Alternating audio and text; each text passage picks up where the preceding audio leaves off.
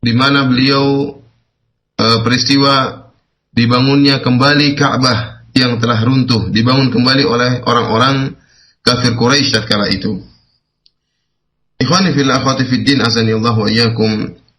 Kita ketahui bahwasanya Al-Ka'bah dan juga Al-Masjidil Haram, Al-Masjidil Haram merupakan rumah Allah yang pertama kali yang Allah bangun untuk manusia, untuk beribadah kepada Allah Subhanahu wa taala.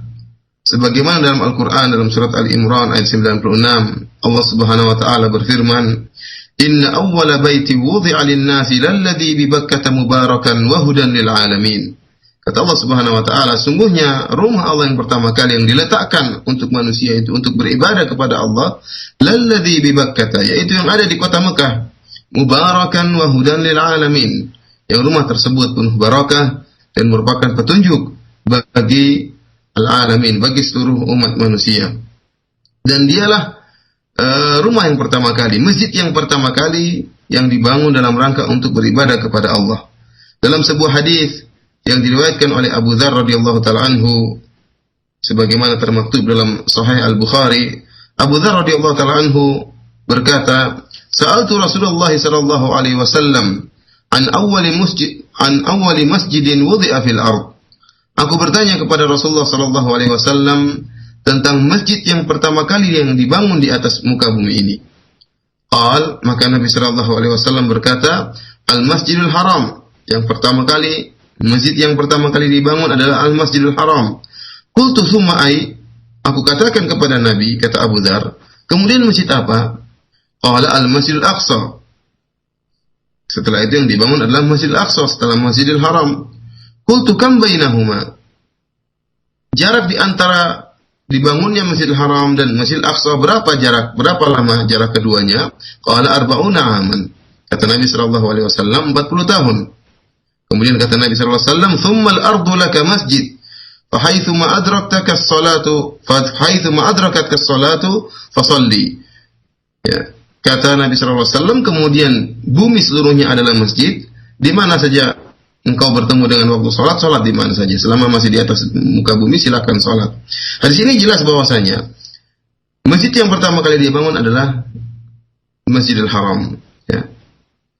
Dan yang membangun Masjidil Haram adalah yang membangun Ka'bah adalah Nabi Ibrahim alaihissalam dan dibantu oleh putranya Nabi Ismail alaihissalam sebagaimana telah lalu penjelasannya, sebagaimana diisyaratkan oleh Allah Subhanahu wa taala dalam Al-Qur'an, wa idh yarfa'u Ibrahimul qawa'ida minal baiti wa Ismail rabbana taqabbal minna innaka antas samiul alim.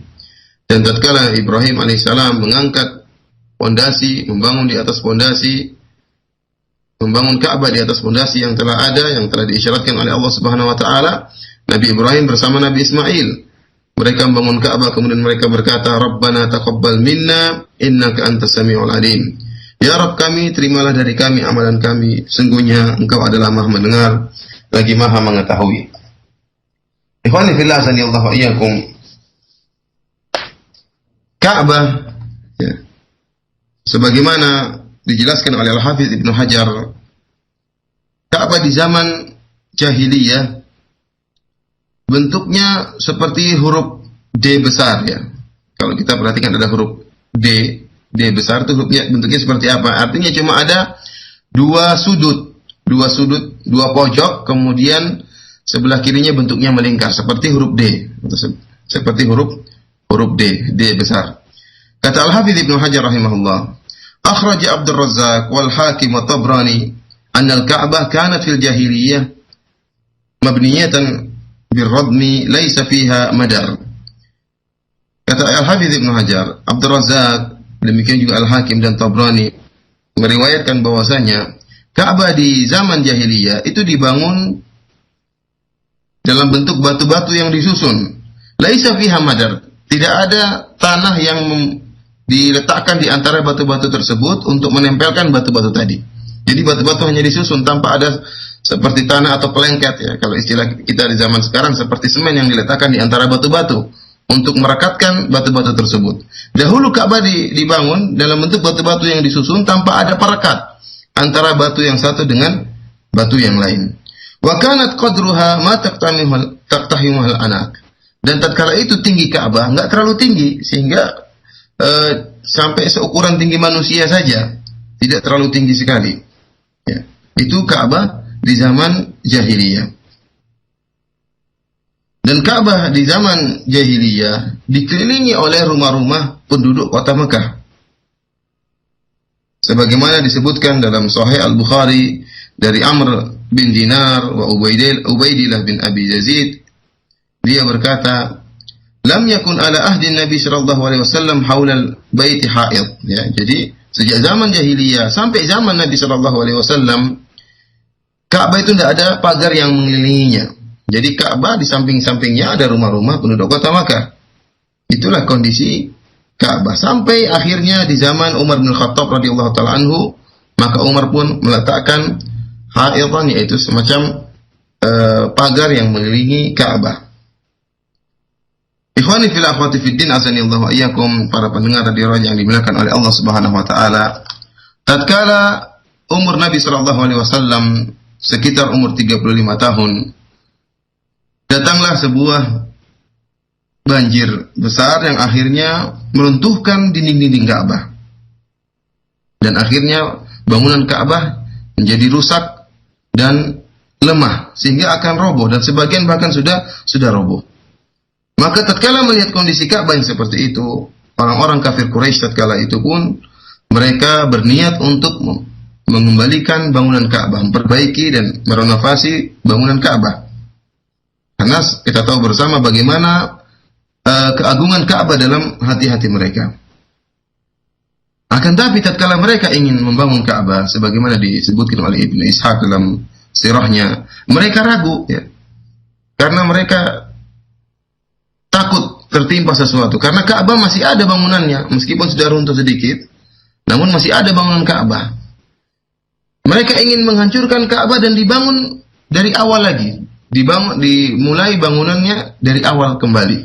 Jadi yang bangunan yang masih tersisa ingin dihancurkan. Yang mendorong mereka lagi untuk membangun kembali Ka'bah, karena disebutkan oleh Ibnu Ishaq rahimahullah, karena datang sebagian pencuri yang memanjat dinding Ka'bah dan masuk dalam Ka'bah, kemudian mengambil sebagian harta yang terdapat dalam Ka'bah. Sehingga banyak harta yang terdapat dalam Ka'bah dicuri oleh sebagian orang. Ini yang semakin mendorong orang-orang kafir Quraisy untuk membangun Ka'bah, diulangi lagi bangunannya dan dijadikan agak lebih tinggi, sehingga sulit bagi orang untuk memanjat dinding Ka'bah. Akhirnya mereka pun bimbang. Ka'bah ingin dihancurkan kembali dan dibangun kembali. Akhirnya datanglah seorang bernama Al-Walid di antara orang-orang kafir Quraisy. Dia berkata, "Apakah kalian ingin menghancurkan Ka'bah, meruntuhkan Ka'bah dalam rangka untuk memperbaiki Ka'bah, atau ingin merusak Ka'bah?" Maka orang-orang kafir Quraisy mengatakan, "Kami ingin merenovasi Ka'bah, ingin perbaiki Ka'bah, jadi ingin dihancurkan dulu kemudian dibangun kembali." Kemudian kata dia, "Innallaha la yuhlikus shalihin." Kata Al-Walid, Allah tidak akan membinasakan orang-orang yang berbuat kebaikan. Maka yang mulai pertama kali menghancurkan Ka'bah adalah Al-Walid. Dia pun mengambil kapaknya atau cangkulnya, dia ambil, kemudian dia pun mulai meruntuhkan sisa dinding Ka'bah yang masih ada. Diruntuhkan. Orang-orang tatkala itu kafir Quraisy tidak ada yang berpartisipasi bersama Walid untuk menghancurkan Ka'bah. Mereka semua hanya nonton apa yang dilakukan Al-Walid. Mereka takut. Jangan-jangan terjadi sesuatu. Kata mereka, kita lihat apa yang akan dialami Al-Walid malam ini. Di siang hari dia hancurkan Ka'bah, apa yang terjadi pada dia malam ini? Kalau memang apa yang dilakukan itu adalah salah, maka Allah tentunya akan menegurnya dan akan memberikan musibah kepadanya malam hari ini. Namun jika apa yang dilakukannya adalah benar, maka dia tidak akan tertimpa apa-apa. Maka ternyata di malam hari tersebut Al-Walid tidak mengalami apa-apa. Tidak ditimpa dengan sesuatu pun. Maka tatkala di pagi hari dia kembali membawa cangkulnya atau membawa kapaknya dan kembali meruntuhkan Ka'bah. Tatkala orang-orang melihat ternyata Al-Walid tidak ditimpa musibah satupun, maka mereka pun berpartisipasi beramai-ramai menghancurkan Ka'bah. Akhirnya runtuhlah Ka'bah sampai akhirnya nampak Qaid Ibrahim, itu sampai nampak pondasi yang pernah diletakkan oleh Nabi Ibrahim alaihissalam. Akhirnya mereka mulai membangun Ka'bah kembali dengan lebih teratur, ya, dengan batu yang diletakkan di antara batu-batu tersebut perekat semacam semen, ya, lebih bagus bangunannya dan lebih tinggi bangunannya, ya. Dan mereka pun orang-orang kabilah Quraisy, mereka bersepakat setiap kabilah membangun bagian dari Ka'bah. Jadi sebagian pojok dibangun oleh kabilah ini, sebagian pojok dibangun oleh kabilah ini, sebagian pojok dibangun oleh kabilah ini. Jadi mereka bersepakat untuk bekerja sama membangun Ka'bah.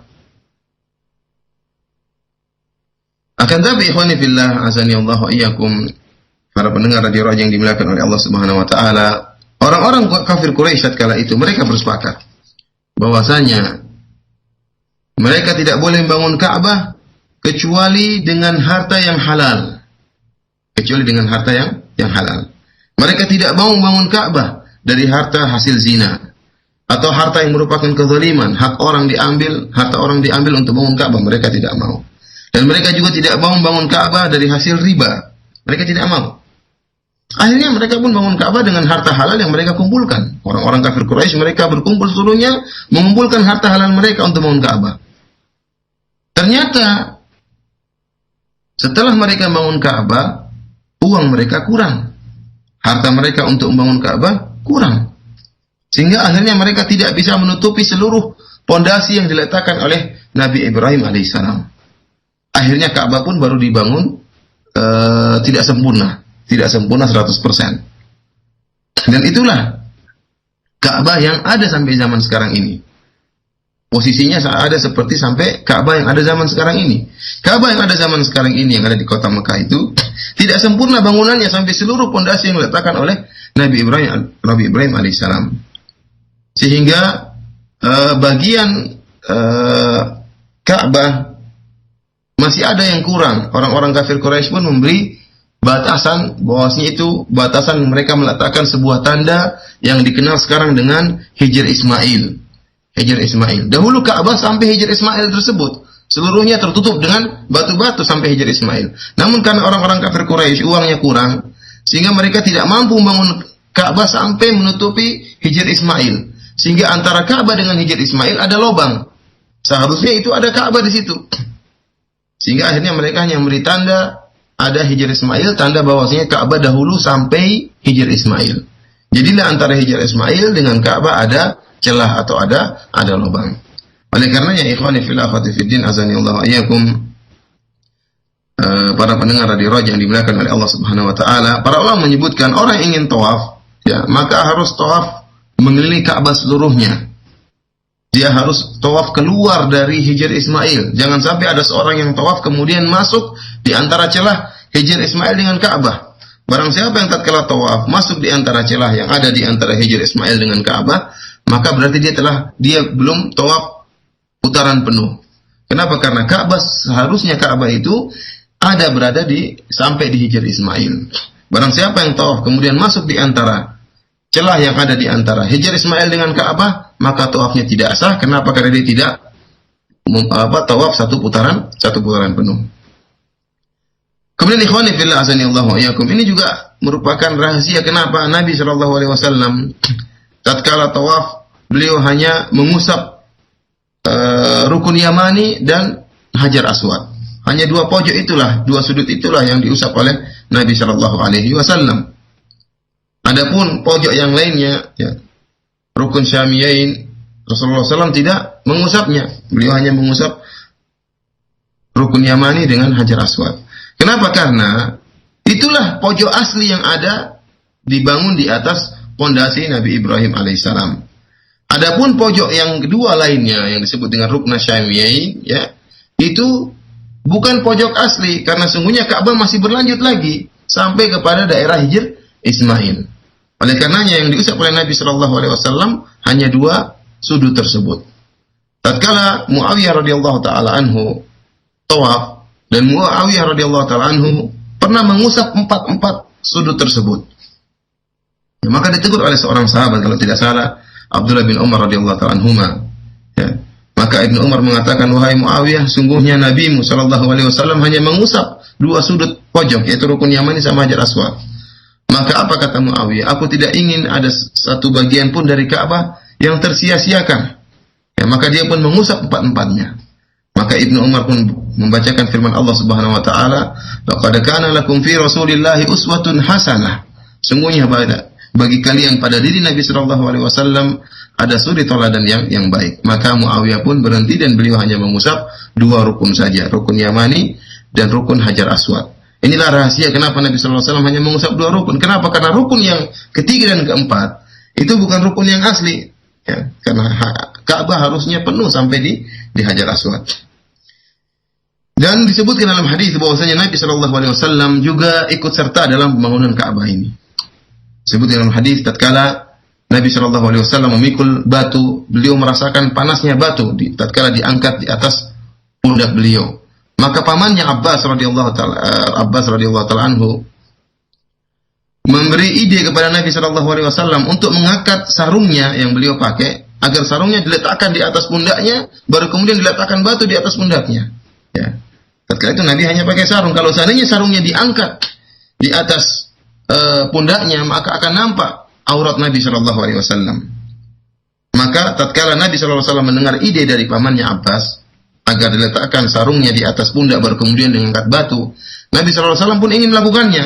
Tatkala beliau ingin mengangkat sarungnya untuk diletakkan di atas pundaknya dan akan kelihatan auratnya, beliau pun pingsan. Allah Subhanahu wa taala membuat Nabi Muhammad sallallahu alaihi wasallam pingsan sehingga beliau tidak bisa mengangkat sarungnya, izharnya untuk diletakkan di atas pundaknya. Karena Allah Subhanahu wa taala menjaga Nabi sallallahu alaihi wasallam bahkan sebelum beliau diangkat menjadi nabi, sehingga akhirnya auratnya pun terjaga dan tidak tersingkap di hadapan orang-orang lain. Tatkala orang-orang kafir Quraisy sudah selesai membangun Ka'bah, yaitu Ka'bah yang kurang tersebut, tinggal satu yang belum mereka lakukan, yaitu Hajar Aswad belum mereka letakkan pada posisinya. Akhirnya mereka pun berselisih di antara kabilah-kabilah Quraisy. Bahkan disebutkan dalam riwayat, selama 3 hari 3 malam mereka merenungkan bagaimana cara memutuskan perkara ini. Setiap kabilah ingin dialah yang meletakkan Hajar Aswad, karena ini merupakan kebanggaan bagi mereka. Kabilah mereka lah yang telah meletakkan Hajar Aswad pada tempatnya. Selama 3 hari 3 malam mereka merenungkan apa yang harus mereka lakukan. Sampai terjadi perselisihan yang amat sengit di antara mereka. Bahkan sebagian kabilah, sebagian suku berkumpul, dan sebagian suku lagi pun bersepakat. Masing-masing bersepakat untuk memerangi kabilah-kabilah yang lainnya. Bahkan mereka bersumpah dengan meneteskan darah mereka di sebuah cangkir atau sebuah piring ya. Mereka bersumpah agar bersepakat dan untuk memerangi kabilah-kabilah yang lainnya. Pokoknya mereka lah yang harus meletakkan Hajar Aswad. Selama 3 hari 3 malam mereka bersepakat dan hampir terjadi pertumpahan darah di sekitar Masjidil Haram. Akhirnya alhamdulillah ada salah seorang yang paling senior di antara orang-orang kafir Quraisy. Dia punya ide, dia mengatakan kepada orang-orang kafir Quraisy, bagaimana kalau kita menyerahkan urusan kita kepada orang yang pertama kali masuk ke Masjidil Haram. Akhirnya mereka setuju. Tatkala mereka setuju, tiba-tiba yang pertama kali masuk dari Babu Safa, masuk menuju Masjidil Haram adalah Nabi Muhammad sallallahu alaihi wasallam. Tatkala mereka melihat ternyata orang yang pertama kali masuk melalui pintu Safa adalah Muhammad sallallahu alaihi wasallam, maka segera mereka mengatakan, "Atanal amin, atanal amin." Kata mereka, telah datang kepada kita al-amin, orang yang paling amanah, orang yang paling amanah itu Nabi Muhammad sallallahu alaihi wasallam. Bahkan mereka serentak mengucapkan perkataan tersebut. Karena memang Nabi sallallahu alaihi wasallam tersohor di antara mereka adalah orang yang sangat amanah, orang yang sangat jujur. Maka Nabi sallallahu alaihi wasallam pun memberikan ide kepada mereka ya, dengan meletakkan kain, kemudian kain diuraikan, kemudian setelah itu diletakkan Hajar Aswad di tengah kain tersebut, maka setiap kabilah mengangkat pojok kain tadi. Jadi mereka meletakkan kain, kemudian di tengah kain diletakkan Hajar Aswad, kemudian mereka sama-sama mengangkat Hajar Aswad dengan memegang ujung-ujung kain. Seluruh kabilah mengangkat ujung-ujung kain tersebut. Akhirnya mereka sepakat dengan ide Nabi sallallahu alaihi wasallam. Setelah itu mereka pun mengangkat Hajar Aswad mendekati ke arah Ka'bah, dan tatkala Hajar Aswad sudah mendekati Ka'bah, maka yang memindahkan Hajar Aswad kepada posisinya, meletakkan Hajar Aswad pada posisinya adalah kedua tangan Nabi sallallahu alaihi wasallam.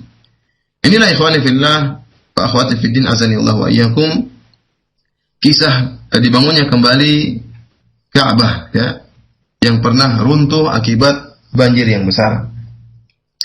Dari kisah ini kita bisa mengambil banyak faedah ya. Di antaranya ikhwani fillah azanillahu wa iyyakum. Ternyata orang-orang kafir Quraisy ya, dahulu mereka juga ngerti akan haramnya riba.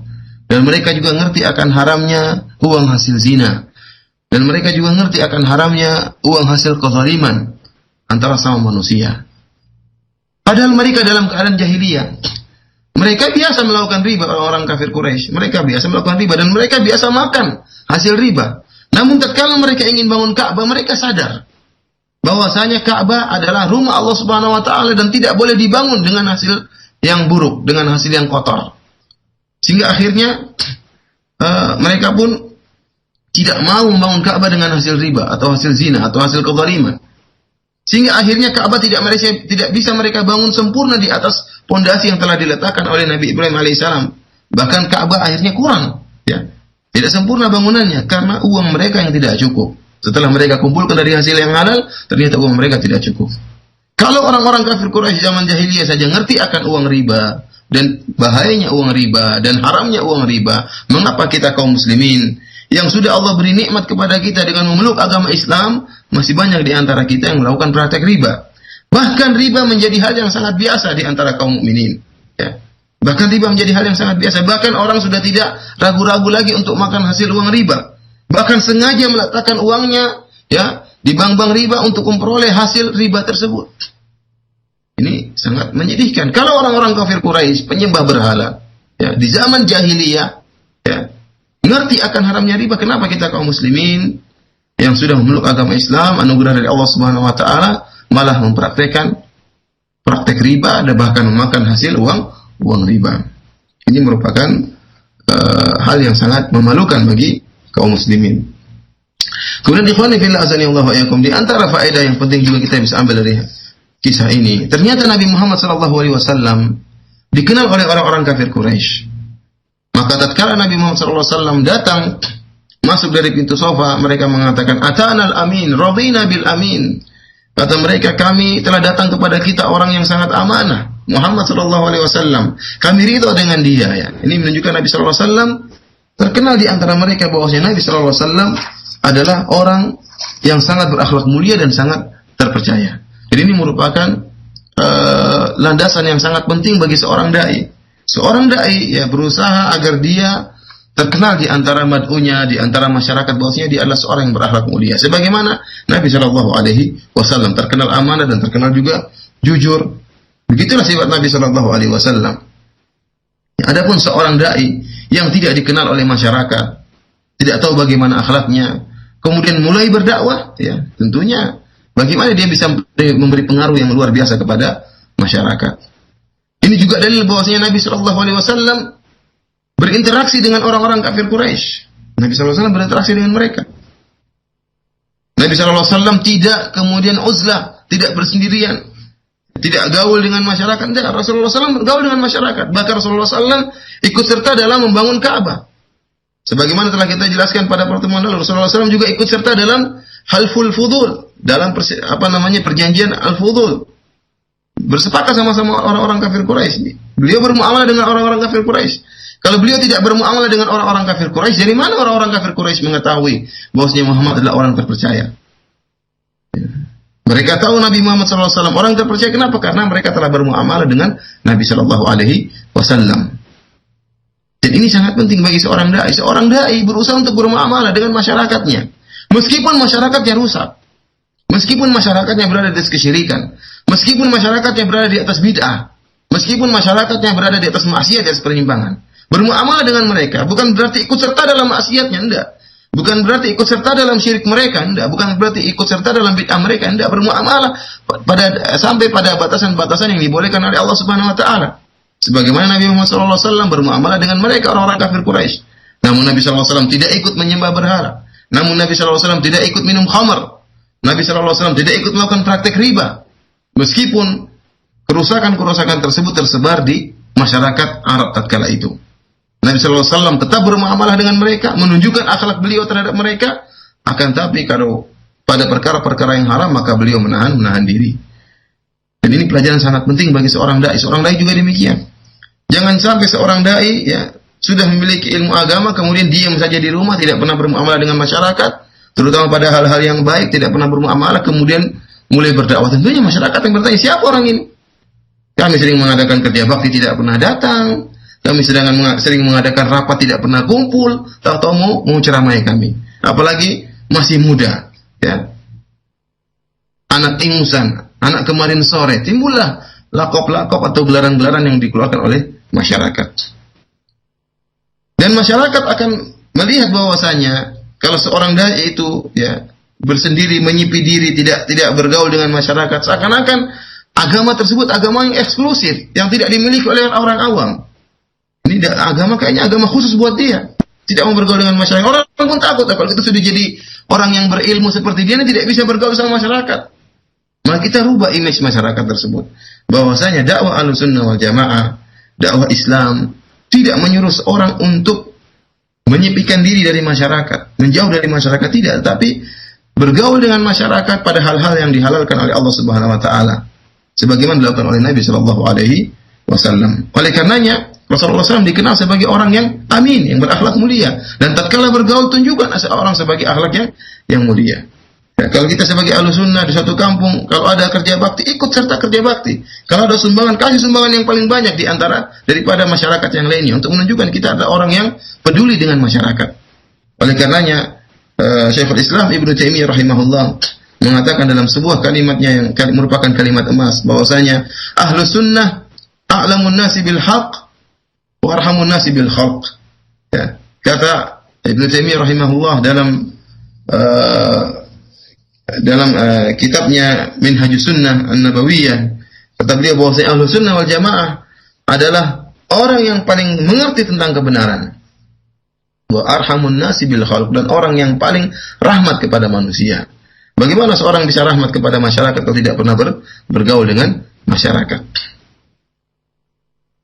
Inilah pentingnya berakhlak mulia, agar seorang dai berakhlak mulia dikenal oleh masyarakat. Sebagaimana juga kisah ini mirip seperti kisah yang dialami oleh Nabi Yusuf alaihissalam. Ya. Sebagaimana tatkala Nabi Yusuf alaihissalam masuk dalam penjara bersama orang-orang yang lain, maka datanglah kepada Nabi Yusuf dua orang yang ingin agar Nabi Yusuf alaihissalam menafsirkan mimpi yang mereka lihat dalam tidur mereka. Sebagaimana dikisahkan oleh Allah Subhanahu wa taala, wa dakhala ma'ahu sijna fatayan. Ya. Rupanya ada dua orang pemuda juga yang masuk penjara bersama Yusuf alaihissalam. Qala ahaduhuma inni arani asiru khamra wa qala al-akharu inni arani ahmilu fawqa ra'si khubzan ta'kulu at-tayru min. Nabbi'na bi ta'wilihi inna naraka minal muhsinin. Pemuda yang pertama berkata, wahai Yusuf, sungguhnya saya lihat dalam mimpi saya, ya saya memeras anggur untuk dijadikan khamar, dijadikan minuman bir. Pemuda yang kedua mengatakan, saya melihat dalam mimpi saya mengangkat roti di atas kepala saya, kemudian roti tersebut dimakan oleh burung. Apa kata mereka berdua? Nabbi'na bi ta'wili, wahai Yusuf alaihissalam, ya, tafsirkanlah mimpi kami ini. Inna naraka minal muhsinin. Karena kami melihat engkau Yusuf termasuk orang-orang yang berbuat baik, orang-orang yang ihsan, orang-orang yang baik. Ini menunjukkan bahwasanya Yusuf alaihissalam dalam penjara pun berakhlak mulia, sampai dikenal oleh para penghuni penjara bahwasanya Yusuf alaihissalam adalah orang yang berbuat baik, adalah orang yang berakhlak mulia, sampai dua orang ini pun datang menemui Yusuf untuk meminta fatwa dari Yusuf atau meminta tafsiran Yusuf terhadap mimpi yang mereka lihat dalam tidur mereka. Oleh karenanya, kalau ada seorang dai yang berakhlak buruk, ya, tentunya ini merupakan bumerang bagi dia. Karena masyarakat tahu dia akhlak buruk, bagaimana masyarakat bisa menerima dakwahnya, sedangkan dia sendiri berakhlak yang buruk. Di antara faedah yang bisa kita ambil dari kisah ini, ikhwani fillah azanillahu wa iyyakum, bahwasanya Ka'bah hanyalah sekedar batu biasa. Bukanlah batu yang memiliki keistimewaan, bisa menyembuhkan penyakit, bisa menambah kekuatan. Enggak. Ka'bah adalah batu biasa. Bahkan Hajar Aswad pun batu yang tidak bisa memberi manfaat dan tidak bisa memberi mudarat. Oleh karenanya Ka'bah pernah runtuh, ya, pernah terkena banjir, pernah runtuh, bahkan pernah dihancurkan oleh orang-orang kafir Quraisy untuk dibangun kembali. Itulah Ka'bah, batu biasa. Oleh karenanya Allah Subhanahu wa taala berfirman, "Wal ya'budu rabb hadzal bait." Kata Allah Subhanahu wa taala, sembahlah rabb hadzal bait, sembahlah pemilik Ka'bah ini, Tuhannya Ka'bah ini. Jadi bukan batu yang kita sembah sebagaimana perkataan orang-orang kafir yang mengatakan, lihat kaum muslimin juga menyembah batu. Enggak. Kita tidak pernah menyembah batu, kita tidak pernah menyembah Ka'bah. Yang kita sembah adalah pemilik Ka'bah, Allah Subhanahu wa taala. Adapun Ka'bah hanyalah sebagai simbol. Ya, hanyalah sebagai simbol, tidak bisa memberi manfaat dan tidak bisa memberi mudarat. Oleh karena tatkala Umar bin Khattab radhiyallahu taala anhu, sebagaimana diriwayatkan oleh Imam Al-Bukhari dan Imam Muslim dalam sahih mereka, tatkala Umar melihat orang-orang mulai berebut-rebutan untuk menyium Hajar Aswad, ya, maka Umar khawatir mereka tertimpa dengan sesuatu keyakinan tertentu. Maka Umar pun mencium Hajar Aswad, kemudian beliau berkata dengan suara yang lantang, "Ya Hajar, inni a'lamu annaka Hajar." Kata Umar bin Khattab, "Wahai Hajar Aswad, saya tahu kamu hanyalah sekedar batu. La tanfa' wa la tadur." Engkau tidak bisa memberi manfaat dan tidak bisa memberi mudarat. "Walaula anni ra'aitu Rasulullah sallallahu alaihi wasallam yuqabbiluka ma qabbaltuka." Kalau bukan saya pernah melihat Nabi sallallahu alaihi wasallam pernah mencium kamu, maka saya tidak akan mencium kamu. Kamu sekedar batu. Itu Hajar Aswad. Artinya batu yang paling mulia yang ada di antara bangunan Ka'bah itu saja seperti itu, kata Umar. Tidak bisa memberi manfaat dan tidak bisa memberi mudarat, apalagi batu-batu yang ada di sekitar Ka'bah yang lainnya. Jadi, ini dalil bahwasanya Ka'bah hanyalah batu biasa, hanya merupakan simbol sebagai arah kiblat tatkala kita beribadah kepada Allah Subhanahu wa taala. Dan kita sama sekali tidak pernah, kaum muslimin sama sekali tidak pernah menyembah batu, tidak sebagaimana orang-orang jahiliyah dahulu. Dan kisah ini dibangunnya Ka'bah kembali dan di mana Nabi sallallahu alaihi wasallam akhirnya bisa meleraikan pertikaian yang hampir terjadi di antara orang-orang kafir Quraisy dengan membuat ide yang disepakati oleh mereka. Ini mengangkat kedudukan Nabi sallallahu alaihi wasallam. Tatkala itu umur Nabi sekitar 35 tahun. Dan kita tahu Nabi sallallahu alaihi wasallam diutus menjadi seorang nabi tatkala berumur 40 tahun. Jadi ini merupakan pertanda peringatan bagi orang-orang kafir Quraisy bahwasanya Muhammad adalah orang yang mulia, bahkan dia yang bisa menyelesaikan permasalahan yang timbul di antara orang-orang kafir Quraisy. Sebagai pertanda, sebentar lagi dia diangkat menjadi nabi. 5 tahun berikutnya akan diangkat menjadi nabi, maka terimalah dia. Namun ikhwani fil azani Allah wa iyyakum, ternyata setelah Rasulullah SAW berumur 40 tahun dan diangkat menjadi nabi, banyak orang kafir Quraisy yang kemudian kafir kepada Muhammad. Ya. Mereka lupa bahwasanya mereka pernah ridho dengan Muhammad, pernah ridho dengan keputusan Muhammad. Mereka lupa bahwasanya mereka pernah mensifati Muhammad dengan perkataan Al-Amin, orang yang sangat amanah. Bahkan mereka pernah mengatakan, "Ma jarrabna 'alaika kadhiba." Mereka mengatakan, "Kami tidak pernah melihat engkau Muhammad berdusta." Itu pengakuan orang-orang kafir Quraisy. Tatkala Muhammad sallallahu alaihi wasallam pernah mengumpulkan mereka di bawah Jabal Safa. Rasulullah SAW mengumpulkan orang-orang kafir Quraisy. Kemudian Rasulullah mengatakan, "Wahai orang-orang Quraisy, kalau saya kabarkan bahwasanya di balik gunung ini ada pasukan perang yang akan datang menyerang kita, akuntum musaddiqi, apa kalian akan membenarkan perkataanku?" Kata orang-orang kafir Quraisy tatkala itu serentak, "Ma jarrabna 'alaika kadhiba." Kami tidak pernah tahu engkau dusta, wahai Muhammad. Ya. Rasulullah mengatakan, "Fa inni," maka aku ingatkan kepada kalian tentang sebuah adab yang akan datang. Ya. Mengingatkan akan akhirat. Setelah Rasulullah mengingatkan mereka akan akhirat, baru mereka kemudian menuduh Rasulullah SAW dengan kedustaan dan gelaran-gelaran yang sangat buruk. Ini merupakan tasliyah bagi kita untuk menenangkan hati kita. Kalau Nabi Muhammad SAW saja yang dikenal sebagai Al-Amin, orang yang sangat amanah, orang yang sangat jujur, berakhlak sangat mulia, ya. Itu saja akhirnya diberi gelaran dengan gelaran yang sangat buruk. Dikatakan pendusta, dikatakan penyair gila, ya. Jadi bayangkan dikatakan majnun, orang gila, dikatakan penyair, dikatakan pendusta, dikatakan sabi, orang yang keluar dari agama nenek moyang dengan gelaran-gelaran julukan-julukan yang paling buruk tatkala itu. Itu diberi kepada siapa? Kepada Muhammad yang sangat dikenal sebagai akhlak yang mulia. Namun Rasulullah SAW tetap berjalan di atas dakwahnya dan tidak peduli dengan julukan-julukan yang dilontarkan oleh orang-orang kafir Quraisy. Apalagi kita yang akhlak kita buruk, yang akhlak kita tentunya jauh dari akhlaknya Rasulullah SAW. Kalau tatkala kita berdakwah kemudian kita diberi gelaran-gelaran dengan gelaran-gelaran yang buruk, maka hendaknya kita bersabar. Lihatlah Nabi kita Muhammad SAW yang akhlaknya sangat mulia, toh masih diberi gelaran dengan gelaran yang sangat buruk. Kita pernah diberi gelar apa oleh masyarakat? Apa kita pernah dikatakan orang gila? Mungkin tidak pernah di antara kita. Kita dakwah bagaimanapun tidak pernah ada yang mengatakan kita gila. Tidak ada yang mengatakan kita penyair sinting, tidak ada. Tidak ada yang mengatakan kita kadzdzab, pendusta besar, tidak ada. Yang paling dikata-katain dan kata-kata yang lebih rendah yang pernah disampaikan kepada Muhammad. Oleh karena kita tatkala dituduh dengan tuduhan yang bermacam-macam, dijuluki dengan julukan bermacam-macam, ingatlah bagaimana Rasul kita Muhammad SAW yang pernah diberi gelaran-gelaran, padahal akhlak beliau sangat terkenal di kalangan kafir kafir Quraisy. Hal ini mengangkat kejadian pembangunan Ka'bah ini mengangkat martabat Nabi sallallahu alaihi wasallam sebagai persiapan beliau untuk diutus menjadi seorang nabi. Ikhwani fillah wa akhwati fid din, azani Allah wa iyyakum, para pendengar radio Raja yang dimuliakan oleh Allah Subhanahu wa taala. Dan sebelum kita melangkah pada diangkatnya Nabi sallallahu alaihi wasallam sebagai seorang nabi atau sebagai seorang rasul, ternyata Allah Subhanahu wa taala menjaga Nabi sallallahu alaihi wasallam ya, agar tidak terjerumus dalam kesyirikan atau agar tidak terjerumus dalam kemaksiatan. Dan banyak dalil yang menunjukkan akan hal itu. Jadi Allah sudah jaga Nabi sejak dada Nabi sallallahu alaihi wasallam dibelah dan jantung beliau kemudian dikeluarkan dan dibersihkan dengan air Zam-Zam yang dilakukan oleh malaikat Jibril dan dikeluarkan bagian setan dari jantung Nabi sallallahu alaihi wasallam. Maka Allah Subhanahu wa taala sejak itu menjaga Rasulullah sallallahu alaihi wasallam sampai Rasulullah diangkat menjadi seorang nabi. Oleh karenanya, Nabi sallallahu alaihi wasallam tidak pernah menyembah berhala sama sekali. Bahkan tatkala beliau tawaf, beliau tidak pernah mengusap berhala sama sekali. Sebagaimana pernah diriwayatkan oleh Al-Baihaqi dengan sanad yang hasan ya, dari Zaid bin Harithah radhiyallahu ta'ala anhu. Suatu saat Zaid bin Harithah tawaf bersama Nabi sallallahu alaihi wasallam. Dan kita tahu bahwasanya di Ka'bah ada dua patung, yaitu Ishaq dan Na'ilah yang terbuat dari perunggu. Orang-orang musyrikin Arab tatkala mereka tawaf, mereka mengusap Ishaq dan Na'ilah sebagai bentuk penyembahan terhadap dua patung tersebut.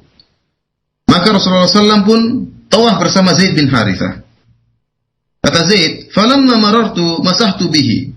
Tatkala saya pun tawaf dan saya melewati patung Ishaq dan Na'ilah, saya pun menyentuh patung tersebut. Apa kata Rasulullah SAW? "La tamussahu." Jangan kau sentuh patung tersebut.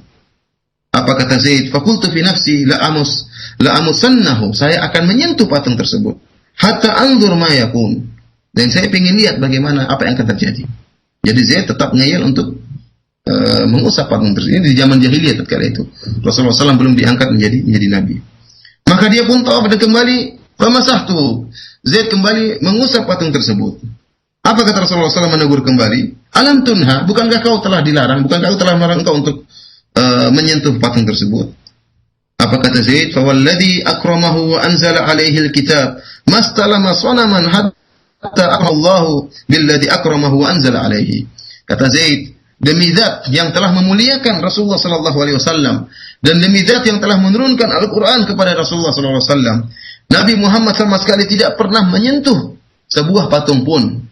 Sebelum diangkat menjadi nabi tidak pernah menyentuh sebuah patung pun, sampai diangkat menjadi nabi, sampai Allah muliakan, sampai Allah menurunkan Al-Quran kepada Nabi sallallahu alaihi wasallam.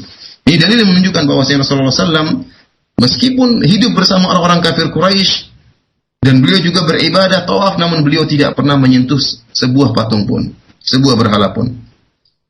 Demikian juga di antara penjagaan Allah Subhanahu wa taala terhadap Rasulullah SAW tidak pernah minum khamar sama sekali. Bahkan tidak pernah melakukan perbuatan fahisyah, tidak pernah ikut melakukan perjudian, dan tidak pernah melakukan hal-hal yang lahun, hal-hal yang sia-sia, yang merupakan kemaksiatan yang dilakukan oleh para pemuda tatkala itu. Padahal Nabi sallallahu alaihi wasallam berinteraksi dengan mereka. Di antaranya tadi telah kita sebutkan bagaimana Allah menjaga aurat Nabi sallallahu alaihi wasallam tatkala Rasulullah SAW ikut serta dalam bangun Ka'bah. Dan pamannya Abbas memberi isyarat, memberi usul kepada Nabi supaya pundaknya tidak terasa panas dan tidak merasakan sakitnya karena beratnya batu. Maka Abbas bin Abdul Muttalib radhiyallahu anhu mengusulkan kepada Nabi agar Nabi mengangkat izarnya, mengangkat sarungnya untuk diletakkan di atas pundak, baru kemudian diletakkan batu. Namun tatkala Nabi SAW ingin mengangkat izarnya, ingin mengangkat sarungnya, beliau pun pingsan, sehingga auratnya pun terjaga dari pandangan manusia tatkala itu. Demikian juga Rasulullah SAW dijaga oleh Allah Subhanahu Wa Taala sehingga tidak ikut bernyanyi-nyanyi ria bersama para pemuda di zaman jahiliyah. Dari Ali bin Abi Thalib radhiyallahu taala anhu, dia mengatakan, "Sami'tu Rasulullah SAW yaqul," saya pernah mendengar Rasulullah SAW bersabda, "Ma hamamtu bi syai'in mimma kana ahlul jahiliyah yahumuna bihi minal ghina illa lailatain." Kata Rasulullah SAW, aku tidak pernah berkeinginan untuk melakukan sesuatu yang dilakukan oleh orang-orang jahiliyah, ya, para pemuda di zaman jahiliyah untuk bernyanyi-nyanyi ria, kecuali 2 malam. Aku pernah ingin nyanyi seperti mereka. Nabi SAW, ya, juga terkadang terbetik dalam hatinya ingin melakukan kemaksiatan, ya, karena beliau tidak ada itu maksiatan, beliau bukan seorang nabi, belum diangkat menjadi nabi. Ingin bernyanyi-nyanyi ria sebagaimana para pemuda orang-orang kafir Quraisy. Kata Nabi, saya pernah berkeinginan seperti itu selama 2 malam. Namun 2 malam tersebut, kata Nabi, asamani Allah subhanahu wa ta'ala fihima. Allah menjaga saya pada 2 malam tersebut. Suatu malam di mana, kata Nabi SAW, tatkala para pemuda Mekah, ya, mereka berkumpul. Padahal tatkala itu, kata Nabi, aku sedang menggembalakan kambing. Maka aku tulis sahibi, aku pun berkata kepada sahabatku, absir li ghanami hatta adkhula Makkah fa asmura fiha kama yasmurul fityan. Kata Nabi SAW kepada sahabatnya, tolong lihat kambing saya, tolong engkau gembalakan kambing saya. Saya mau pergi masuk ke Mekah, ingin berkumpul dengan para pemuda, dan saya ingin ngobrol, ingin jagongan malam-malam, ingin ngobrol bersama mereka. Biasa pemuda, Rasulullah SAW ketika masih muda, dan ingin berkumpul sama pemuda, ingin ngobrol-ngobrol di malam hari, melakukan samar, ngobrol di malam hari bersama mereka. Kata sahabat Nabi, wala bala. Baik, saya akan jaga kambing, kau silakan pergi. Kata Nabi SAW, fadakhaltu hatta idza ji'tu awwala dari min duri Makkah, sami'tu azzafan, fakultu ma hadha. Maka tatkala saya pun masuk ke dalam kota Mekah, ya, jadi setelah beliau keluar menjauh di menggembalakan kambing, tatkala beliau masuk ke kota Mekah, itu di perumahan yang ada di kota Mekah, maka beliau mendengar ada acara walimah. Maka aku pun berkata, kata Rasul, mahadha, apa ini? Ada, saya dengar suara-suara, ada nyanyian, ya, ada macam-macam. Faqila tazawwaj fulan fulana. Fajalastu wa daraba Allah Ta'ala ala udhuni. Wallahi ma aiqadhani illa masus syams. Maka aku pun ingin, kata Nabi, aku pun ingin masuk ke dalam acara tersebut, ingin mendengar nyanyian mereka, ingin mendengar musik-musik yang dilakukan oleh mereka. Ya. Tiba-tiba Allah pun menutup telingaku, dan aku pun tertidur atau pingsan, tidak sadar. Dan akhirnya yang membangunkanku adalah terik matahari. Aku pun terbangun keesokan harinya. Di sini lihat bagaimana Rasulullah SAW dijaga oleh Allah Subhanahu Wa Taala sehingga tidak sempat mendengar hal-hal tersebut. Ingin beliau ikut serta dengan para pemuda melakukan acara nyanyian, ngobrol, kemudian namun Allah Subhanahu Wa Taala menjaga beliau sehingga membuat beliau tidak mendengar dan tertidur, dan akhirnya terjaga tatkala di pagi hari karena panasnya terik matahari. Akhirnya aku pun pulang menemui sahabatku. Kemudian sahabatku bertanya, ma fa'alta, apa yang kau lakukan? Sahabatnya tadi yang menjagakan kambing Nabi. Kata Nabi, ma fa'altu syai'an, aku tidak melakukan sesuatu. Kemudian Nabi SAW mengabarkan apa yang telah dia alami. Ini malam yang pertama yang pernah dijaga oleh Allah Subhanahu. Nabi SAW dijaga oleh Allah. Malam kedua yang pernah Allah Subhanahu Wa Taala menjaga Nabi SAW, ya, sama. Kata Rasulullah SAW kepada sahabatnya, absir li ghanami, tolong jaga kambing-kambingku ini, hatta asmura bi Makkah, sampai aku pun ingin jagongan di Makkah, ingin ngobrol di Makkah bersama para pemuda. Kata Nabi SAW, tatkala aku masuk dalam kota Makkah, aku mendengar apa yang pernah aku dengar tatkala malam yang dulu. Maka aku katakan, ada acara apa ini? Maka dikatakan kepadaku, ada acara walimah pernikahan fulan dengan fulana. Maka aku pun ingin melihat apa yang terjadi dalam acara tersebut. Tiba-tiba Allah Subhanahu Wa Taala menutup telingaku, dan aku pun tertidur, ya. Dan aku tidak terjaga kecuali di pagi hari karena ada terik matahari yang sangat panas. Maka aku pun kembali kepada sahabatku. Sahabatku kembali bertanya kepadaku, apa yang telah engkau lakukan? Kataku, aku tidak melakukan sesuatu. Kemudian aku pun mengabarkan kepadanya tentang apa yang telah aku alami. Di sini ikhwani fillah azani Allah yakum, jelas bahwasanya Rasulullah SAW dijaga oleh Allah Subhanahu Wa Taala dari mendengarkan hal-hal yang diharamkan oleh Allah Subhanahu Wa Taala, padahal beliau belum diangkat menjadi nabi. Inilah ikhwani fillah azani Allah yakum, ya, apa yang bisa Anda sampaikan pada kesempatan kali ini, ya, tentang peristiwa-peristiwa yang terjadi sebelum Rasulullah SAW diangkat menjadi seorang nabi. Dan insya Allah pada pertemuan berikut kita akan mulai masuk tentang diangkatnya Muhammad SAW menjadi seorang nabi. Demikian saja, wallahu taala alam bisawab. Nah, demikian ikhwatal Islam, saudaraku seiman, para pendengar dimanapun Anda berada, kajian untuk kesempatan di siang hari ini dari Sirah Nabawiyah As-Sahihah bersama Al-Ustaz Firanda hafizahullahu taala. Selanjutnya ikhwatal Islam, kami berikan kesempatan untuk Anda yang akan bertanya kepada Al-Ustaz di kesempatan siang hari ini secara langsung.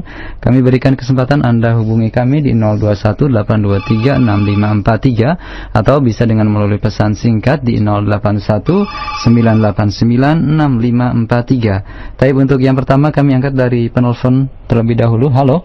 Halo, Assalamualaikum. Iya, waalaikumsalam. Silakan, dari mana Pak? Dari Doni Serpong. Silakan Pak Doni. Assalamualaikum Ustaz. Waalaikumsalam warahmatullahi wabarakatuh.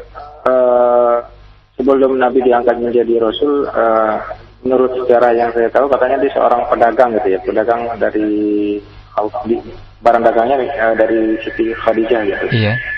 Apakah benar sejarah itu sampai dia berdagang sampai jadi saudagar yang besar gitu? Assalamualaikum warahmatullahi wabarakatuh. Waalaikumsalam warahmatullahi wabarakatuh. Allah Ta'ala alam bisawab. Sebagaimana telah kita jelaskan pada pertemuan lalu, bahwasanya Nabi SAW beliau bekerja ya sebagai pekerjanya Khadijah radhiyallahu taala anha. Jadi Khadijah adalah bos Nabi SAW, melakukan mudharabah dengan Nabi SAW. Yang memberi modal adalah Khadijah, dan yang bekerja adalah Rasulullah SAW. Sehingga Nabi SAW membawa barang-barang Khadijah keluar kota di antara negeri Syam untuk kemudian menjualkan barang-barang Khadijah. Kemudian setelah Rasulullah SAW pulang menemui Khadijah, dilakukan bagi hasil. Setelah itu Rasulullah SAW pun menikah dengan Khadijah radhiyallahu taala anha. Jadi yang kaya raya adalah Khadijah radhiyallahu taala anha. Adapun kemudian Nabi yang menjadi saudagar setelah itu, ya, wallahu taala alam, karena tidak disebutkan dalam riwayat-riwayat yang sahih bahwasanya Rasulullah SAW dikenal sebagai saudagar yang kaya raya. Tidak. Yang disebut dalam riwayat yang sahih adalah Khadijah yang sebagai wanita yang kaya raya. Ya. Adapun Rasulullah SAW tidak dikenal sebagai saudagar yang kaya raya. Memang benar dia berdagang, namun dia sebagai pekerja, bukan pemilik modal. Allah Ta'ala alam bisawab. Itulah riwayat yang sahih yang sampai kepada saya, bahwasanya beliau tidak ada riwayat satupun yang sahih menunjukkan beliau kemudian akhirnya menjadi saudagar yang kaya raya tatkala itu. Allah Ta'ala alam bisawab. Baik, jazakallah khairan jawaban Ustaz. Berikut kami angkat dari penelpon yang kedua. Kami angkat. Halo. Assalamualaikum warahmatullahi wabarakatuh. Waalaikumsalam warahmatullahi. Silakan, dari mana Pak? Dari Abu Aldi di Pekayon. Halo? Ya, silakan Bapak. Ya, Assalamualaikum warahmatullahi wabarakatuh, Pak Ustaz. Waalaikumsalam warahmatullahi wabarakatuh. Ya, mengenai perjalanan sebelum Nabi Muhammad diangkat jadi Nabi, itu yang awan itu apa sahih apa mengikuti beliau, apa betul Pak Ustaz? Itu aja Pak Ustaz, makasih. Assalamualaikum warahmatullahi wabarakatuh. Waalaikumsalam warahmatullahi wabarakatuh. Waalaikumsalam warahmatullahi wabarakatuh. Ikhwani fillah sanallahu iyyakum. Pada dua pertemuan yang lalu, ya, 2 pekan yang lalu, sudah saya jelaskan bahwasanya hadis ini yang di mana ada awan mengikuti Nabi sallallahu alaihi wasallam tatkala Nabi sallallahu alaihi wasallam bertemu dengan pendeta Bahira. Hadis ini hadis yang diriwayatkan oleh Imam Tirmidzi rahimahullah dalam sunannya. Dan hadis ini diperselisihkan oleh para ulama tentang kesahihannya. Al-Imam Ad-Dhahabi mengatakan hadis ini adalah hadis yang mungkar jiddan, hadis yang sangat mungkar. Akan tapi para jumhur ulama ahlul hadis, mayoritas ulama ahlul hadis mengatakan hadis ini hadis yang sahih, ya, di antaranya Al-Hafidz Ibnu Hajar rahimahullah, kalau ulama sekarang seperti Syekh Muhammad Nasiruddin Al-Albani rahimahullah, ya. Jadi mayoritas ulama mengatakan hadis ini hadis yang sahih. Jadi kisah bahwasanya Rasulullah SAW awan mengikuti Nabi SAW, insyaallah kisah tersebut kisah yang sahihah. Ya, meskipun kita katakan bahwasanya ada khilaf di antara para ulama tentang hadis tersebut sah atau tidak sah. Akan tapi kalau kita melihat kepada perkataan para mayoritas ahlul hadis, ya, bahwasanya riwayat tersebut adalah riwayat yang sah. Wallahu taala alam bisawab.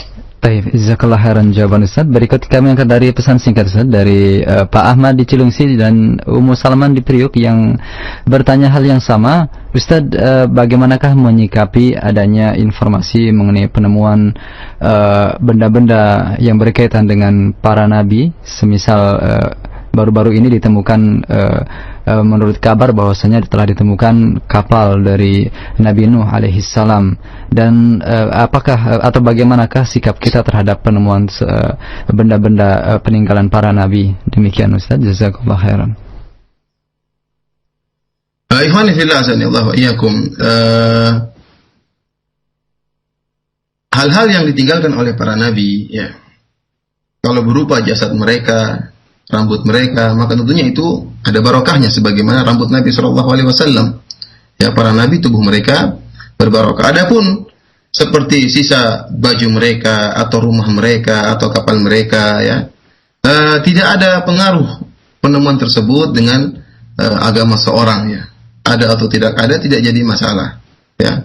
Tidak ada pengaruhnya dengan agama seorang karena memang tidak memiliki barokah sebagaimana jasad mereka. Sebagian orang mengatakan kami menemukan tongkat Nabi Musa. Ada yang mengatakan kami menemukan kapal Nabi Nuh alaihissalam. Dari mana mereka tahu itu kapal Nabi Nuh alaihissalam? Ketemunya di mana? Terus apa benar itu kapal Nabi Nuh alaihissalam? Atau hanya sekedar kabar-kabar burung yang tersebar? Bahkan seperti di sini disebutkan ada sepeda Nabi Adam, subhanallah. Ada sepeda Nabi Adam naik sepeda, dari mana taunya? Ya. Kemudian sepedanya ukurannya seperti apa? Subhanallah, orang banyak cerita-cerita yang tersebar, ya. Seperti orang mengatakan Jabal Rahmah dahulu adalah jabal gunung di mana Nabi Adam bertemu dengan kekasihnya Siti Hawa setelah berpisah lama. Ini adalah cerita-cerita yang tidak benar. Kalaupun memang benar ditemukan kapal Nabi Nuh, ya kita anggap sebagai sejarah saja, ya. Itu sejarah. Kalau memang benar itu kapal Nabi Nuh, sejarah bahwasanya semakin memperkuat bahwasanya pernah terjadi peristiwa banjir besar di zaman Nabi Nuh alaihissalam. Meskipun tidak ada kapal ditemukan, kita pun tetap membenarkan karena Allah Subhanahu wa taala telah menyebutkan dalam Al-Qur'an. Adapun kemudian menjadikan itu sebagai bahan untuk dijadikan tempat ziarah, kemudian diyakini bahwa itu adalah ada karamat, ada barokah, maka ini adalah hal yang bid'ah yang tidak pernah dilakukan oleh para sahabat. Rasulullah SAW tatkala meninggal dunia, meninggalkan rumahnya di sisi masjid Nabi, yaitu Hujratul Aisyah, rumahnya Aisyah. Itu rumah yang pernah ditinggali Nabi SAW. Rasulullah SAW hidup di situ. Namun tidak ada seorang sahabat pun yang kemudian menjadikan rumah beliau sebagai tempat mencari barokah, kemudian atau diambil kayunya sedikit demi sedikit, tidak ada. Padahal rumah itu jelas pernah ditinggal oleh Nabi SAW, salat tahajud di situ, beribadah di situ, ya. Namun tidak pernah rumah tersebut dijadikan sebagai sarana untuk mencari barokah dan macam-macam. Bahkan rumah tersebut dipugar oleh orang-orang setelah Nabi SAW. Oleh karena disebut dalam riwayat kisah Ibnu Musayyib, tatkala melihat Rasulullah SAW ingin dipugar, maka beliau pun menangis. Karena kita tahu bahwasanya rumah Nabi SAW sangatlah kecil rumah Nabi SAW. Bahkan disebutkan dalam riwayat yang sahih dalam hadis Bukhari rahimahullah bahwasanya kata Aisyah radhiyallahu taala anha bahwasanya Rasulullah SAW tatkala salat malam di rumah Aisyah, dan Aisyah radhiyallahu taala anha tidur dengan menjulurkan kaki di hadapan Nabi sallallahu alaihi wasallam. Kalau Nabi sallallahu alaihi wasallam ingin sujud, maka Nabi pun menyentuh kaki Aisyah agar Aisyah yang kakinya tadinya dijulur segera ditarik agar memberi tempat luang untuk sujud Nabi sallallahu alaihi wasallam. Kata Aisyah radhiyallahu taala anha, wa kanatil buyutu laisa fiha masabih. Tatkala itu rumah-rumah tidak ada lampunya, sehingga saya tidak tahu kapan Nabi ingin sujud. Saya hanya sadar Nabi ingin sujud tatkala kakiku telah disentuh oleh Nabi. Jadi Aisyah tatkala kakinya disentuh oleh Nabi, maka Rasulullah SAW pun menarik kakinya dan untuk memberi tempat luang untuk sujud Nabi sallallahu alaihi wasallam. Jadi kita bisa bayangkan bagaimana kecilnya rumah Nabi sallallahu alaihi wasallam tatkala itu. Ya, sangat kecil. Ya. Nah, rumah kita luas, Rasulullah SAW untuk sholat saja masih kurang tempatnya. Itulah rumah Nabi kita sallallahu alaihi wasallam. Oleh karena tatkala rumah Nabi ingin dipugar, Sa'id bin Musayyib menangis. Seandainya kalau orang-orang tahu melihat langsung bagaimana rumah Nabi mereka, agar mereka bisa mengambil pelajaran, agar tidak terpedaya dengan dunia yang sangat memukau ini. Jadi intinya, rumah yang pernah ditinggal Nabi sallallahu alaihi wasallam saja tidak pernah dijadikan oleh para sahabat sebagai tempat barokah atau tiang-tiangnya dijadikan barokah. Pada Nabi SAW selalu sholat malam di rumah tersebut. Apalagi peninggalan-peninggalan yang lain. Tidak pernah para sahabat kemudian mengambil piring bekas Nabi, kemudian apa-apa bekas Nabi. Tidak pernah. Yang ada disimpan oleh para sahabat rambut Nabi SAW. Bahkan Rasulullah SAW pernah menyuruh rambutnya dibagi kepada para sahabat. Kenapa? Karena jasad Nabi memang berbarokah. Adapun baju beliau, kemudian sorban beliau tidak pernah disimpan oleh para sahabat. Jadi dengan ditemukannya misalnya kapal Nabi Nuh atau kata orang sepeda Nabi Adam, subhanallah, ini kita katakan ya kalau memang benar, kalau memang secara sejarah otentiknya bisa dibuktikan kebenarannya, maka itu hanyalah sebagai sejarah dan tidak dibangun di balik itu mencari barokah atau karamah dan macam-macamnya. Allah Ta'ala alam bisawab. Nah, jazakallah khairan atas jawaban Ustaz. Berikut kami angkat dari pertanyaan saudara kita di Bantar Gebang, Bekasi, yang juga bertanya tentang sebuah syubhat yang mungkin sudah disampaikan jawabannya, namun kiranya mohon dijelaskan kembali Ustaz mengenai syubhat yang dilancarkan oleh orang-orang kufar yang dikaitkan dengan adanya Ka'bah merupakan sebuah tempat ataupun sebuah benda yang menjadi kami ulangi, Ka'bah merupakan sebuah tempat yang menjadi sekutu dari Allah Subhanahu wa taala. Mohon penjelasan dari syubhat yang dilancarkan atau yang disampaikan oleh orang kafir tersebut, Ustaz. Jadi ikhwani fillah azanillahu wa iyyakum, ya, sebagaimana kita jelaskan tadi, ya, bahwasanya Ka'bah itu merupakan kiblat, ya, hanya sebagai arah dalam rangka beribadah kepada Allah Subhanahu wa taala. Tidak ada pensucian terhadap dinding-dinding yang ada di Ka'bah.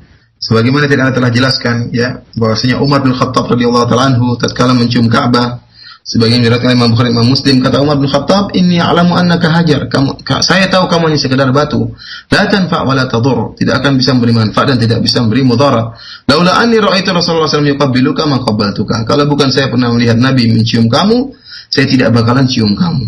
Jadi tidak ada sama sekali penyembahan terhadap batu, terhadap Ka'bah, ya. Tidak ada keyakinan bahwasanya Ka'bah bisa memberi manfaat, tidak bisa memberi mudarat. Allah mengatakan, "Falyabudu rabb hadzal bait." Sembahlah pemilik Ka'bah.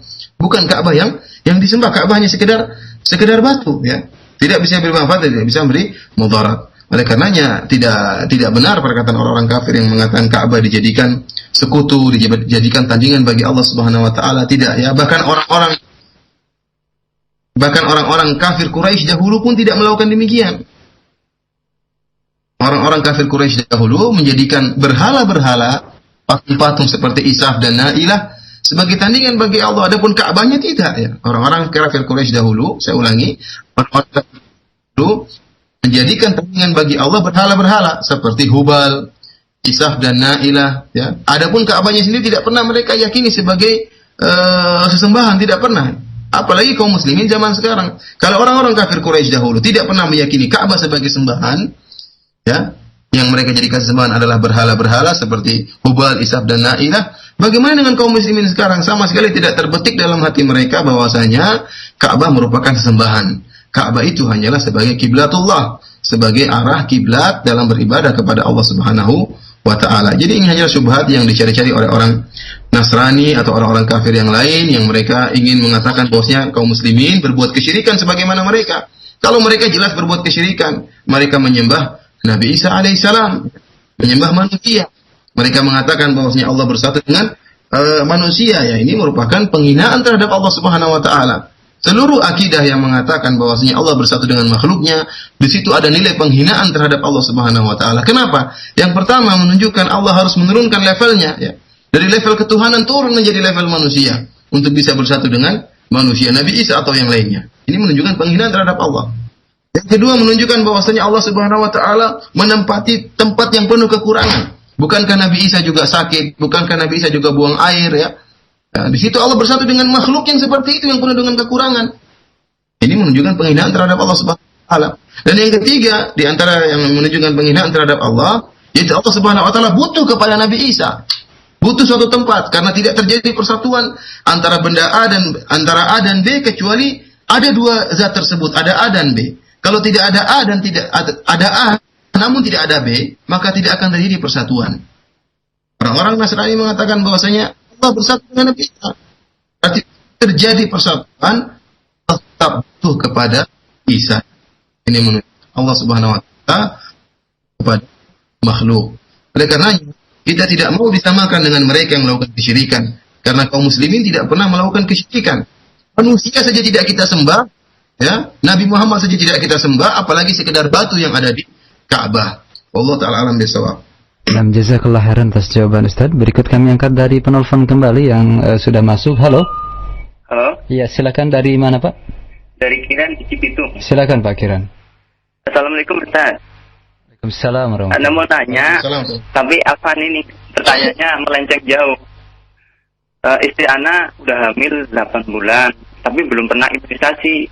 Tapi dari bidan menganjurkan untuk imunisasi karena untuk menghindari tetanus pada saat persalinan. Sementara teman anak kata dia bilang kalau imunisasi itu bahannya haram, tapi dia nggak tahu imunisasi buat apa. Apakah untuk buat ibu hamil atau buat untuk ini balita gitu, Ustaz. Itu aja. Syukran. Assalamualaikum. Assalamualaikum warahmatullahi wabarakatuh. Bagaimana Ustaz pembahasannya? Akhi yang bertanya, masalah imunisasi, ana terus terang tidak tahu jelas apakah terbuat dari hal yang haram, benda yang haram. Kemudian setelah dirubah menjadi imunisasi, apakah telah adanya istihalah, itu perubahan satu zat menjadi kimia yang baru, ya? Karena dalam ilmu Islam, kalau suatu zat telah berubah menjadi satu zat yang baru, maka yang dinilai adalah yang setelah terjadi perubahan tadi, ya. Bisa jadi misalnya saya katakan seekor anjing yang najis dibuang ke suatu tempat atau ke laut misalnya, kemudian setelah bertahun-tahun terjadi perubahan senyawa sehingga menjadi suatu senyawa yang baru, maka tidak lagi najis zat tersebut. Akan tapi imunisasi bagaimana hakikatnya, bagaimana pembuatannya setelah dirubah menjadi apa, wallahu ta'ala bishawab, saya tidak tahu. Yang jelas namun saya katakan kita di Arab Saudi sini imunisasi itu wajib, bahkan bukan sekedar sunnah, wajib. Bahkan anak-anak tidak bisa sekolah kecuali setelah jelas ada kartu imunisasinya yang lengkap, ya. Dan anak-anak tidak bisa akan mendapatkan akte kelahiran kecuali setelah jelas imunisasinya yang lengkap. Bahkan tapi hakikat dari imunisasi tersebut wallahu ta'ala alam, saya tidak tahu. Nanti bisa tanyakan kepada ustaz-ustaz yang lebih paham tentang masalah ini, bisa tanyakan kepada Ustaz Yazid atau Ustaz Abdul Hakim Abdad dan yang lainnya, ya, yang mereka mungkin lebih paham tentang masalah ini, karena saya tidak tahu hakikat imunisasi yang ada di Indonesia apakah sama dengan ada di Saudi dan bagaimana proses pembuatannya dan hasil buahnya seperti apa. Allah Ta'ala alam. Dan juga bisa berkonsultasi dengan para dokter yang memiliki takhusus, memiliki perhatian tentang masalah ini. Allah Ta'ala alam bisawab. Nah, jazakallahu khairan atas jawaban Ustaz. Berikutnya kami angkat kembali dari penelpon dan sudah ada pendengar kita. Assalamualaikum. Waalaikumsalam warahmatullahi wabarakatuh. Silakan Ibu. Dari mana Ibu? Ini dari Abu Alifah di Bekasi. Oh iya, silakan Bapak. Ya, mau tanya Ustaz. Assalamualaikum Ustaz. Waalaikumsalam warahmatullahi wabarakatuh. Waalaikumsalam warahmatullahi wabarakatuh. Ya, itu kan tadi dijelaskan oleh Ustaz bahwa bentuk dari awal mulanya bentuk Ka'bah itu adalah bentuknya D besar, Ustaz, ya. Jadi itu kan kadang-kadang kita diminta sholat di dalam Hijr Ismail, itu keutamaannya apa, Ustaz? Itu aja saya. Jazakumullah. Terima kasih Pak, silakan Ustaz. Jadi manifillah azani Allah wa iyyakum, kata para ulama, ya, barang siapa yang sholat di Hijr Ismail, yaitu celah yang antara Hijr Ismail, celah yang ada antara Hijr Ismail dengan Ka'bah, maka dia telah sholat dalam Ka'bah, karena sesungguhnya celah tersebut bagian dari Ka'bah. Maka tidak perlu dia repot-repot untuk membuka pintu Ka'bah, kemudian masuk dalam Ka'bah, kemudian sholat dalam Ka'bah. Tentunya itu merupakan perkara yang sangat sulit, apalagi zaman sekarang, ya. Kalau zaman dulu mungkin, zaman jahiliyah mungkin, karena ada Ka'bah tatkala itu ada 2 pintu, sehingga bisa masuk dan bisa pintu keluar, ya. Kalau zaman sekarang pintunya 1, itu pun ditutup, tidak semua orang bisa masuk. Jadi barang siapa ingin sholat dalam Ka'bah, maka silakan sholat di dalam Hijr Ismail, itu celah antara Hijr Ismail dengan Ka'bah. Barang siapa yang sholat di situ berarti telah sholat dalam Ka'bah. Adapun keutamaan khusus maka saya tidak tahu, tidak ada dalil yang menunjukkan keutamaan khusus. Namun Nabi SAW pernah sholat dalam Ka'bah. Ya, Nabi SAW pernah sholat dalam Ka'bah. Namun Rasulullah SAW tidak mengulang-ulangi terus-terusan. Diriwayatkan bahwasanya Rasulullah pernah sholat di situ. Kalau seandainya artinya ada keutamaan khusus dan ada ibadah spesial, ada pahala spesial, maka Nabi akan mengulang-ulanginya. Akan tapi diriwayatkan Nabi pernah sholat di situ, menunjukkan boleh seorang untuk sholat di situ dan mengikuti sunnah Rasulullah SAW. Karena barang siapa yang sholat di situ berarti telah sholat dalam Ka'bah, ya. Jadi silakan, tidak jadi masalah, ya. Nah, jazakallahu khairan atas jawaban Ustaz. Nah, berikutnya kami angkat dari penelpon kembali di 0218236543 untuk Anda yang akan bertanya di kesempatan siang hari ini. Halo. Halo, assalamualaikum. Terputus. Nah, kami angkat kembali dari penelpon. Halo. Terputus. Nah, kami angkat dari pesan singkat yang berikut ini. Dari pendengar kita, Barakallahu fikum ya Ustaz. Dari Ustaz, saya dahulu tahun 2006 pernah melaksanakan ibadah haji, namun saya mengikuti ajaran tasawuf Ustaz, dan saya baru mengetahui bahwasanya tasawuf adalah menyimpang dari ajaran Islam. Dan alhamdulillah sekarang sudah berupaya untuk mempelajari sunnah Rasulullah SAW. Yang jadi pertanyaan, apakah ritual ibadah haji saya diterima oleh Allah Subhanahu Wa Taala karena kejahilan saya waktu itu? Demikian Ustaz, jazakallahu khairan. Jadi ikhwani fillah sanallahu iyakum ya. Haji ada rukun-rukunnya dan ada syarat-syaratnya ya. Jika seorang telah melaksanakan ibadah haji sesuai dengan rukun-rukunnya telah dipenuhi dan syarat-syaratnya telah dipenuhi, maka insya Allah ibadah hajinya sah. Meskipun terkadang tercampur dengan maksiat atau tercampur dengan bid'ah, maka insya Allah hajinya tersebut haji yang sah. Apalagi jika seorang tatkala melakukan ibadah haji, dia terjerumus dalam bid'ah, ya, karena kejahilan yang dia miliki, dia tidak sadar bahwasanya itu merupakan kesalahan. Maka orang seperti ini semakin insya Allah akan mendapatkan uzur dari Allah Subhanahu Wa Taala ya, karena dia tidak tahu. Setelah dia tahu, buktinya dia pun meninggalkan bid'ah tersebut, dia pun meninggalkan penyimpangan tersebut. Jadi insya Allah kita berdoa kepada Allah Subhanahu Wa Taala bahwasanya haji yang telah dilakukan oleh yang bertanya tadi atau bapak yang bertanya tadi, insya Allah hajinya haji yang sah, dan semoga bapak telah menjadi seorang haji yang haji mabrur. Yang jadi sekarang ini adalah memperbaiki amalan Bapak ya, perbaiki amalan Bapak, meluruskan amalan Bapak dan tidak kembali kepada bid'ah atau kemaksiatan yang pernah Bapak lakukan dahulu. Wallahu taala bisawab. Nah, jazakallahu khairan jawaban Ustaz. Berikut dari penelpon, dan ini tampaknya penelpon terakhir saja di kesempatan siang hari ini. Halo. Assalamualaikum. Ya, waalaikumsalam warahmatullahi. Silakan Ibu. Saya juga mau menanyakan ini yang agak keluar dari bahasan ini Pak, maaf. Kan begini, kalau saya tuh dulu menganjurkan ya sama suami sama anak, mungkin kalau mau berangkat ke suatu tempat atau pergi ke suatu tempat, saya sering menganjurkan itu membaca. Halo Ibu, mohon dikeraskan suaranya Ibu. Oh iya, begini Pak Ustadz, saya dulu pernah menganjurkan kepada suami saya, anak saya, atau bahkan saya sendiri kalau mau berangkat kemana-mana suatu tempat untuk menjaga atau meminta perlindungan gitu, saya membaca surat Yasin dari ayat 1 sampai ayat 9 itu untuk menghindarkan sesuatu yang terjadi misalnya di jalan dalam keyakinan begitu, mohon pada Allah. Terus ternyata kalau dalam perjalanan itu ada sesuatu yang memang rasanya ada manfaatnya. Nah, keyakinan semacam itu apakah seperti yang telah disunahkan Rasulullah atau enggak ya? Saya mengambil dari yang Rasulullah waktu mau Halo Ibu, ya. Ada feedback Ibu, mungkin dijauhkan dari radionya Ibu. Kan Rasulullah yang waktu itu mau berangkat ke Gua Sur atau apa ya itu Pak Ustadz, kan membaca surat Yasin dari 1 yang sampai 9 itu. Seperti itu, saya mohon penjelasannya, apa boleh apa enggak yang tadi itu yang saya kerjakan itu. Gitu aja. Assalamualaikum. Assalamualaikum warahmatullahi wabarakatuh. Waalaikumsalam warahmatullahi wabarakatuh.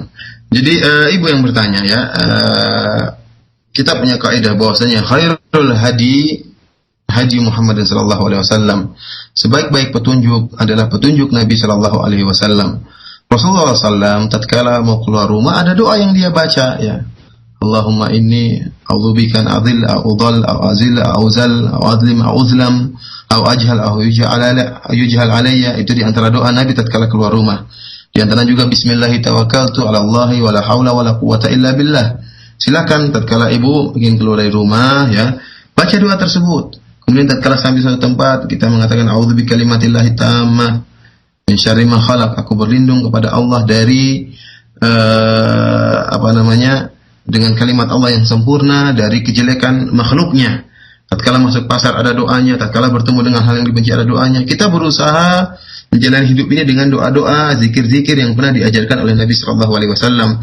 Tidak perlu kita berbuat zikir sendiri dengan misalnya meyakini membaca surat Yasin dari ayat 1 sampai ayat sekian, itu merupakan menjaga kita tatkala keluar rumah. Karena barang siapa melakukan tadi, akhirnya dia meninggalkan sunnah Rasulullah sallallahu alaihi wasallam, doa yang pernah diajarkan oleh Nabi sallallahu alaihi wasallam. Tidak ada seorang buat zikir baru kecuali zikir yang diajarkan Nabi, nanti akhirnya akan ditinggalkan. Adapun alhamdulillah ibu setelah membaca tadi surat Yasin kemudian terjaga oleh Allah Subhanahu wa taala, maka kita harap itu tidak jadi masalah dan semoga itu merupakan penjagaan dari Allah Subhanahu wa taala. Jadi bisa jadi ada yang mengatakan hanya kebetulan, bahkan saya mengatakan bukan hanya kebetulan, bisa jadi memang itu dijaga oleh Allah Subhanahu wa taala. Karena sebagaimana dijelaskan oleh para ulama seperti Ibnu Qayyim rahimahullah dan juga Ibnu Syekhul Islam Ibnu Taimiyah, bahwasanya terkadang seorang membaca ayat-ayat tertentu, bukan ayat itu disunahkan oleh Nabi SAW, namun dia baca kemudian timbul keyakinan karena ketidaktahuannya, karena kejahilan dia meyakini bahwasanya Allah akan menjaga dia, sehingga tatkala dia baca timbul harapan dalam dirinya Allah akan menjaga dia. Harapan itulah yang dilihat oleh Allah Subhanahu wa taala, bukan bacaannya. Jadi harapan itu tatkala dia tunduk kepada Allah Subhanahu wa taala, meskipun bacanya tadi keliru dan tidak pernah disunahkan oleh Rasulullah SAW, namun karena kejahilannya dan telah timbul kecintaannya kepada Allah, harapannya kepada Allah, mohon perlindungan dari Allah Subhanahu wa taala, maka terkadang Allah Subhanahu wa taala melindungi dia, bukan karena bacaannya tapi karena apa yang timbul dalam hatinya dan harapan yang timbul dalam hatinya. Oleh karenanya nasihat anak kepada ibu, ya, mulai sekarang kita membaca doa yang pernah diajarkan oleh Nabi SAW. Keyakinan tetap kita tanamkan. Katakan kepada suami ibu, katakan kepada anak-anak ibu, kalau ingin keluar rumah baca doa yang diajarkan Nabi, Allah akan jaga. Katakan seperti itu. Insya Allah Allah juga akan, bahkan Allah akan lebih jaga jika kita mengikuti sunnah Rasulullah Sallallahu Alaihi Wasallam. Adapun zikir-zikir yang tidak pernah diajarkan Nabi, yang tidak pernah dijelaskan oleh Nabi Sallallahu Alaihi Wasallam, maka kita tinggalkan dan kita boleh mempelajari zikir-zikir yang pernah diajar oleh Rasulullah Sallallahu Alaihi Wasallam. Demikian saja para pendengar Radio Roja, rahimani wa rahimakumullah, apa yang bisa ana sampaikan pada kesempatan kali ini. Insya Allah pada pekan depan kita akan lanjutkan pelajaran kita tentang sirah nabawiyah sallallahu alaihi wasallam, dan apa yang ana sampaikan yang benar datangnya dari Allah Subhanahu wa taala dan yang salah datangnya dari syaitan dan dari pribadi ana sendiri. Semoga Allah Subhanahu wa taala mengampuni dosa-dosa kita semua. Demikian saja, wabillahi taufik wal hidayah. Assalamualaikum warahmatullahi wabarakatuh.